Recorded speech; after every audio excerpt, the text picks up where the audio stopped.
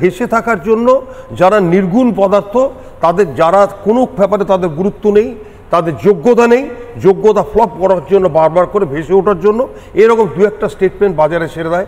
এর আগেও ছেড়েছিল, ব্যবস্থা নিতে হবে।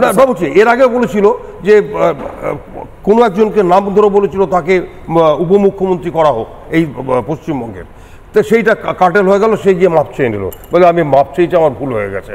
অর্থাৎ এইসব লোকের কথা শুনে মিডিয়াতে ভেসে গেল একটা কথা, সেইটা নিয়ে যদি একটা শো হয় তো সাংঘাতিক ব্যাপার।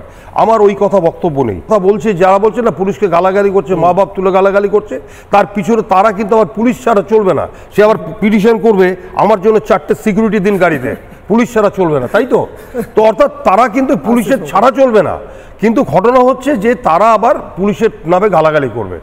একটা দেখুন, আপনি এই যে অনুব্রত মণ্ডলের একটা গালাগালি নিয়ে হচ্ছে কথা, প্রথম কথা হচ্ছে এটা প্রচণ্ড পরিমাণে অন্যায় হয়েছে এবং তাকে সাথে সাথে ইনস্ট্যান্ট অ্যারেস্ট করা দরকার ছিল বলে এটা আমি নিজে ব্যক্তিগতভাবে মনে করি। কেন মনে করি? কারণটা হচ্ছে, না হলে কনস্টেবল থেকে sub inspector, ASI, sub inspector, inspector, SP, assistant commissioner কিংবা তার উপরের লেভেলের মনোবলটা ভেঙে যাবে।